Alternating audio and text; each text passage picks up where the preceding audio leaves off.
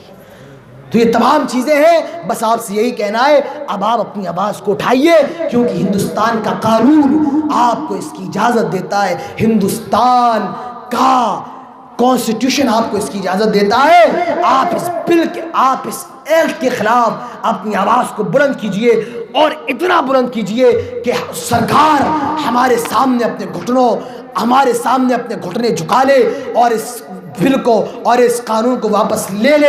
آپ اتنی محنت کرنا ہے، اور اگر نہیں لیتی ہے اور ہمارے اوپر مصیبتیں آ رہی ہیں، پریشانیاں آ رہی ہیں، تو ایسی صورت میں ہمیں اور آپ کو اپنے دین پہ قائم رہنا ہے۔ اور یاد رکھیے، ہر شام کی صبح ہوتی ہے، ہر اندھیرے کے بعد ایک اجالا ہوتا ہے، ہر رات کے بعد ایک سورج کی کرن ضرور اگتی ہے۔ میرے پیارے ساتھیوں، یہی چند باتیں جو مجھے آپ کے سامنے کرنا تھی، میں نے آپ کے سامنے کی ہیں۔ اس 2 گھنٹے کے اندر آئیے اللہ تعالیٰ سے دعا کر لیتے ہیں، اے الہ العالمین جو باتیں ہوئی ہیں تو ہم سب کو اس پر عمل کرنے کی پوری توفیق عطا فرما۔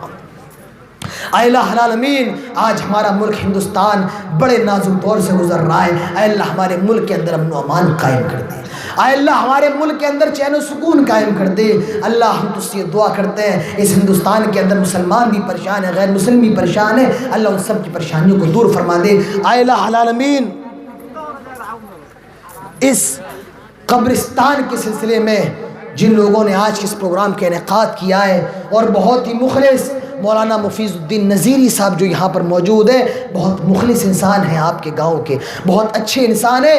آئیے دعا کرتے ہیں اللہ تعالیٰ ان کی کوششوں کو بھی قبول فرما لے، اللہ تعالیٰ اس پروگرام کو قبول فرما لے۔ اتنی سردی میں آپ یہاں پر جمع ہوئے ہیں، اللہ تعالیٰ ہم سب کے جمع ہونے کو قبول فرما لے۔ جب تک ہمارا آپ زندہ رہے توحید پر، اسلام پر، اور جب ہمارا خاتمہ ہو تو ایمان پر۔ وما علینا الا البلاغ، وآخر دعوانا الحمدللہ رب العالمین، والسلام علیکم ورحمۃ اللہ وبرکاتہ۔